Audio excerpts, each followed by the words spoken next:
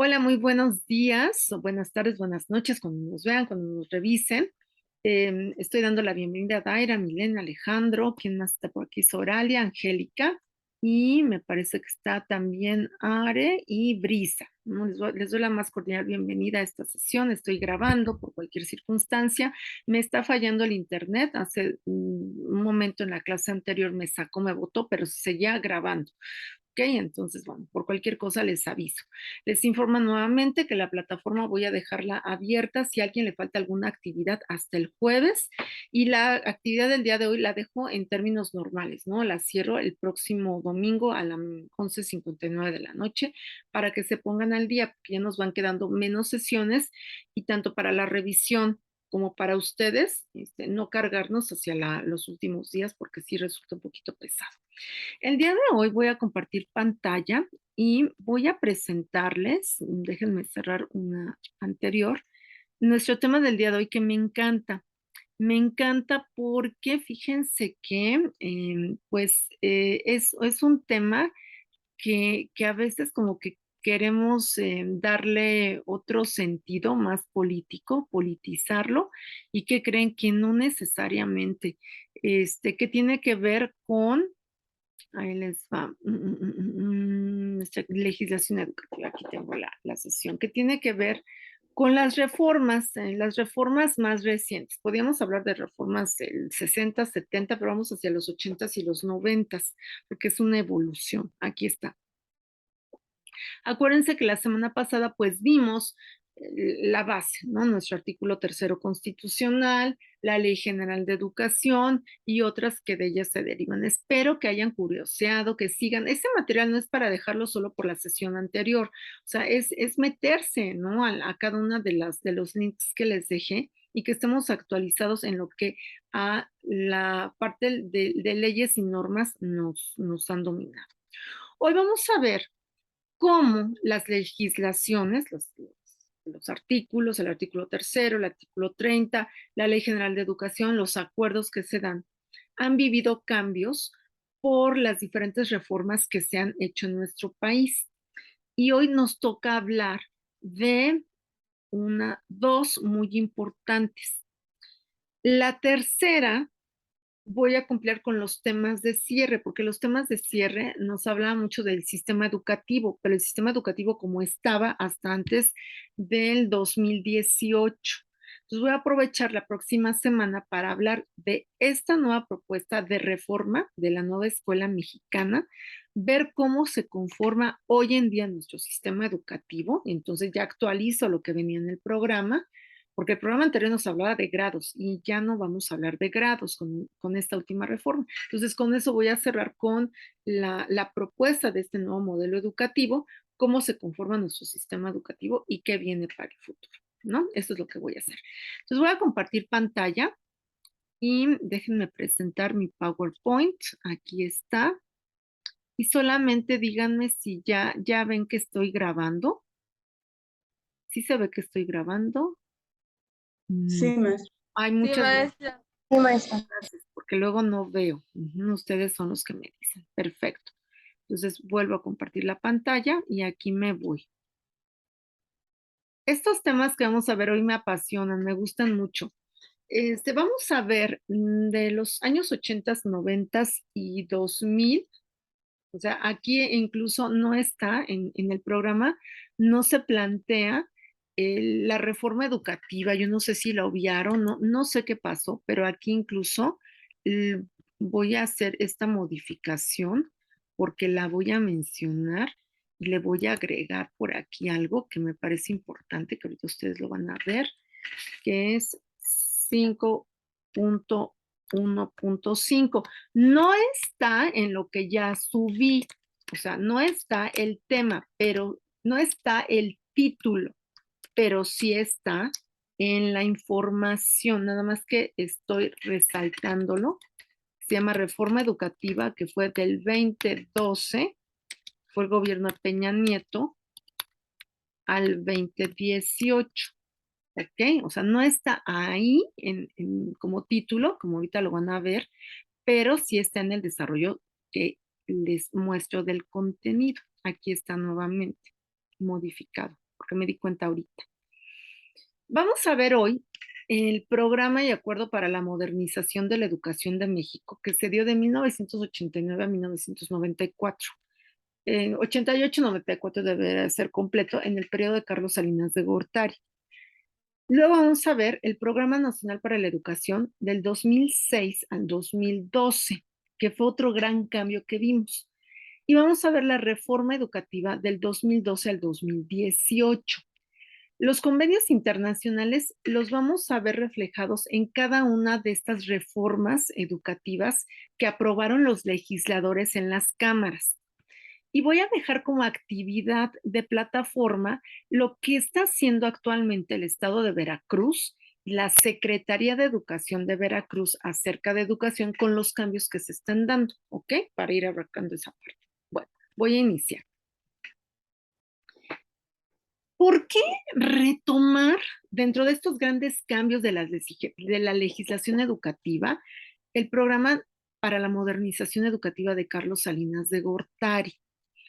Porque les quiero decir que desde los años 60 y 70 hasta los 80 y 90 no había existido una reforma, un cambio de este tamaño. ¿Y qué creen? A mí me tocó vivirlo recién en la carrera. O sea, tengo hasta, o sea, los quería mostrar, déjenme ver si aquí tengo uno de los libros, documentos que nos dieron para la reforma educativa. Me oyen lejos porque me volteé para verlo aquí en mi librero, pero no lo veo tan a la mano. Bueno, si en un momentito más me doy otra vueltecita aquí en mi librero y se los puedo mostrar, les digo por qué lo viví con mucho gusto, ¿no? En el sentido que le pude entender porque estaba yo estudiando. Esta, todos son reformas, ¿eh? Los términos que se les da ya a nivel de las cámaras es lo que va cambiando, pero al final estamos hablando de grandes movimientos, grandes reformas en las legislaciones, en todo lo que tiene que ver con el sistema educativo nacional. Esta reforma se le dio el nombre de Programa para la Modernización Educativa, que fueron todas las estrategias aplicadas en la transformación de educación del país que llevó a cabo Carlos Salinas de Gortari. Les quiero decir que fue el momento en el que al país se le exige a nivel mundial que le entre a la globalización.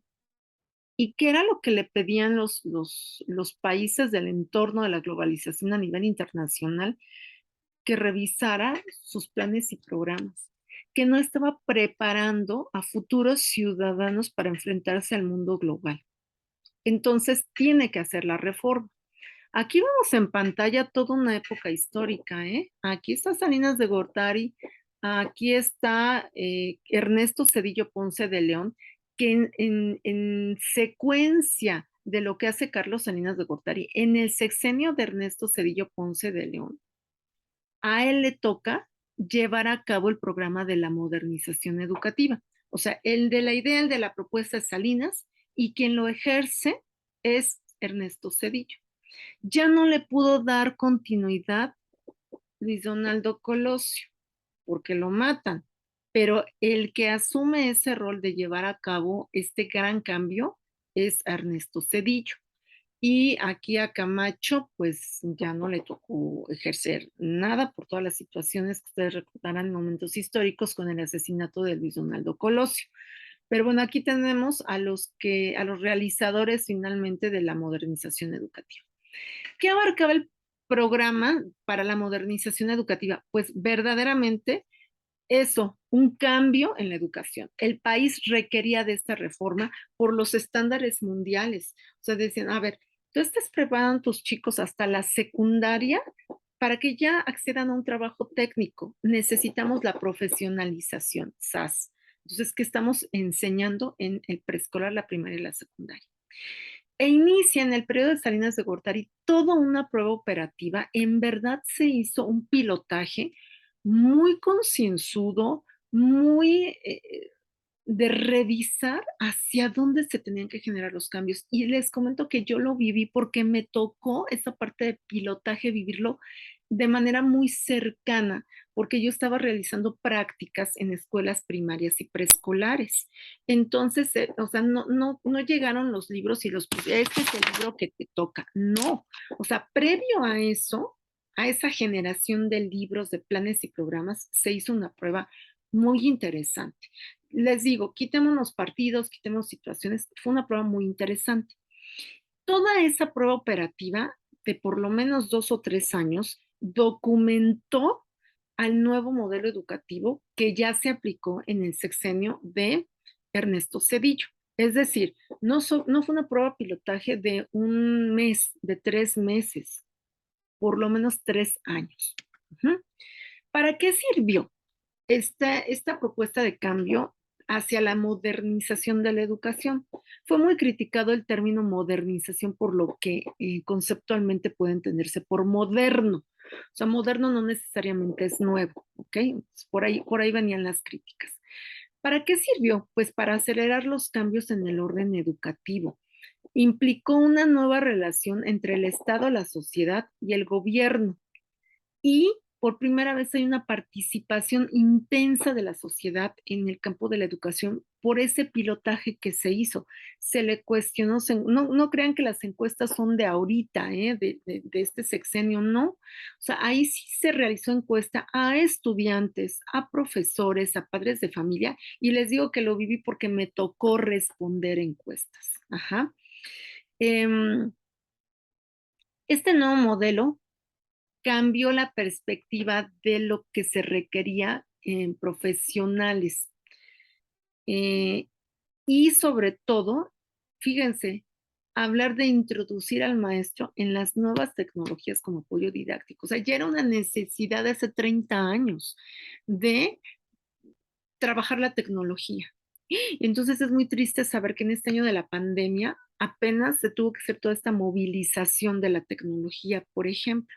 O sea, estamos hablando de 30 años que se hablaba ya de las nuevas tecnologías, que en el periodo de Vicente Fox se implementó en ciclomedia, pero como decían, ah, pues ahí está la tecnología, pues están los libros de texto, pero ¿quién iba a imaginar que con una pandemia requeriríamos de una verdadera tecnología? ¿Cómo se creó el programa de modernización educativa? Fue en 1989 y Carlos Salinas de Gortari lo que buscaba a través de las exigencias internacionales es impulsar toda una revolución educativa que tuvo que ver con el sindicato, el ACENTE, el Sindicato Nacional de Trabajadores de la Educación, para llegar a un acuerdo nacional para la modernización educativa del país. O sea, había maestros que decían, ¿qué? ¿Cambiar qué? O sea, cambiar todo, ¿eh? Desde la gestión, las contrataciones, los derechos, las obligaciones, hasta los planes y programas. Entonces, no se crean, o sea, entrar a sindicato no es que el sindicato se viera. Estoy hablando de previo al Bester Gordillo, ¿ok? ¿Qué sucede? Pues logra un acuerdo con los trabajadores de la educación para la modernización educativa. Yo creo que políticamente esa es como la base o la clave, ¿ok?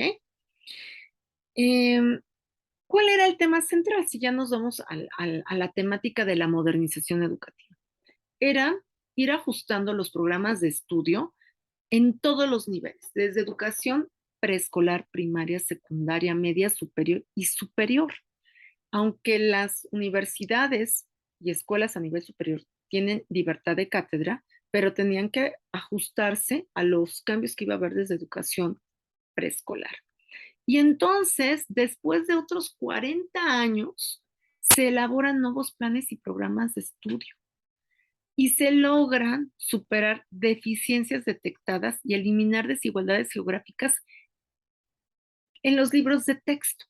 O sea, hasta este periodo eran los libros de texto que yo creo que alguna vez se los vieron a sus papás, abuelos, que eran libros de texto de un papel muy sencillo, no eran este papel brillante con el que ustedes estudiaron ya en sus libros de texto, y que se adecuaran los libros de texto a las diferentes regiones y lenguas. Eso no se había hecho. A ver, llegaban los libros de texto donde localiza, identifica un avión y te ibas a la sierra fulana de tal, donde no pasaba la ruta del avión, no pasaba el metro y mucho menos el trolebús. Entonces se hicieron adecuaciones para cada región del país. Sus objetivos eran muy, muy grandes. Era cultivar sobre todo la creatividad de los niños y los jóvenes, esto de promoción científica y tecnológica, y fíjense el término, motivar al magisterio a prepararse y brindarme mayor calidad. O sea, motivar, no existía la indicación de prepárate. O sea, habría que mover a todo el sindicato y a todos los profesores y maestros de que era necesario ya una mayor profesionalización del magisterio, actualización y capacitación. O sea, en esos entonces no se habla tanto como en los últimos sexenios de capacitación. Ahora, hasta en los calendarios escolares se habla de semanas de capacitación, que los consejos técnicos de las escuelas básicas tengan vía de capacitación. Entonces, por eso era todo un cambio. ¿Cuáles fueron los principales principios de la modernización educativa? El primero, entender que había un gremio de profesores que necesitaba preocuparse por su preparación profesional. Dos, eh, abrir, proponer, legislativamente hablando, mecanismos para que hubiera autorizaciones de quienes podían o no ejercer la profesión. Ahí tiene su impulso la Dirección General de Profesiones. Tú puedes, con mi número de cédula o con mi nombre, buscarme y saber qué títulos tengo. Eso no existía hace 40, 50 años. Aquí se da ese impulso de decir, ¿quién puede ejercer o no la profesión? Al magisterio, ¿no? Por ejemplo. Tres, el docente es un profesional, hace un trabajo intelectual, nada que es el que pues, terminó la secundaria como antes, pues ya no tenía nada que hacer o como que no se le daba. Entonces, pues métete a dar clases. Ay, no, Dios mío. O sea, más que por vocación, había la posibilidad de que alguien estudiara para maestro, terminada la secundaria, para, pues ya no le quedó otra, era la profesión del MMC mientras me caso. Claro, estoy haciendo una exageración. Por supuesto, mis grandes maestros de carrera son maestros normalistas que terminaron de 15 años la secundaria y entraron 4 años a la normal. O sea, les quiero decir que yo tuve maestros y ahora amigos que fueron normalistas, no licenciados en educación primaria o preescolar o en pedagogía, eran normalistas y me quitó el sombrero. Son de los mejores maestros que he tenido en mi vida. Ajá. Pero esta opción de tener un título también permitía o abría la puerta a que quienes no tenían otra cosa que hacer, pues métete de maestro. Ujú. Y que muchos de ellos fueron líderes en el sindicato. ¿Por qué? Pues porque no estaban frente a grupo, no les gustaba y se iban a la parte del sindicato, ¿no? La política. Cuatro, mecanismos concretos de ingreso a la profesión. Entonces hay un gran cambio a nivel de los profesores.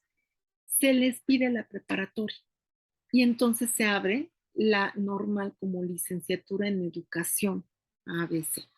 Educación media, educación superior, educación básica. Entonces no cualquiera podía llegar a ser maestro, ya necesitábamos la preparatoria.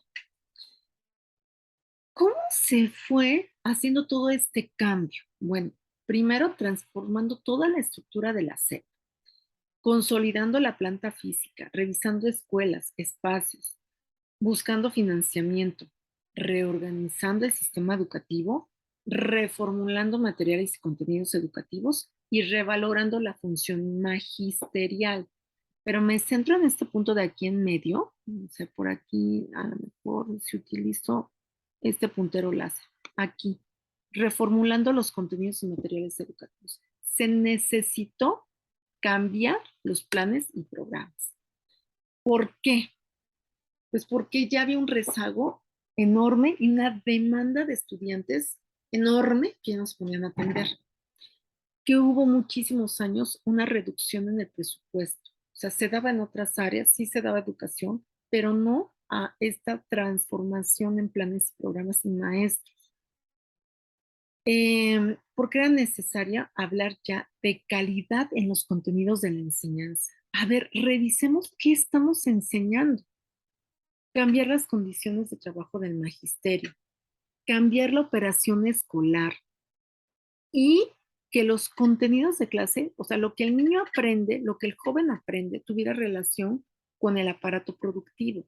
A ver, sí, me voy a preparar como técnico agrícola, pero agrícola ¿en qué? ¿Dónde vas a hacerlo? ¿Dónde lo vas a realizar, a ejecutar?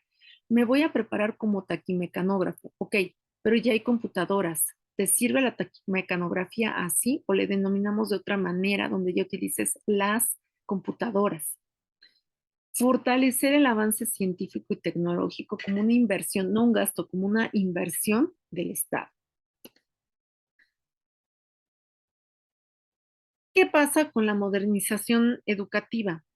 Pues, en resumen, tenemos nuevos planes y programas de estudio de la educación básica, nuevos libros de texto, que las normales cambian a poder dar un título de licenciatura y que se requiere la preparatoria para los futuros maestros. Todos los cambios en las gestiones de las escuelas. Ya no podías heredar el puesto, o sea, había más normativa. Esto se va consolidando en dos sexenios posteriores, tanto en el de Fox, por ejemplo, en, en la parte de realizar, de Miguel de la Madrid también, en la parte de realizar la propuesta de la modernización. Pero llegamos al milenio, al cambio de siglo, siglo XXI. Entonces se vuelve a tener que revisar lo que sucede en educación. Y entramos con otra gran reforma. Ahí les va. Que se conoció como la del Plan Nacional de Educación 2006-2012. Y si estamos hablando de que hay estándares a nivel internacional y globalización ya totalmente vivida, tenemos que revisar la parte de la calidad, o sea, ya cambia libros, y planes y programas, libros de texto, magisterio, pero basta solo eso, y entonces el término que empezamos a escuchar ya en este siglo XXI, 2006-2012, es calidad. La calidad para el gobierno comprendió en este sexenio,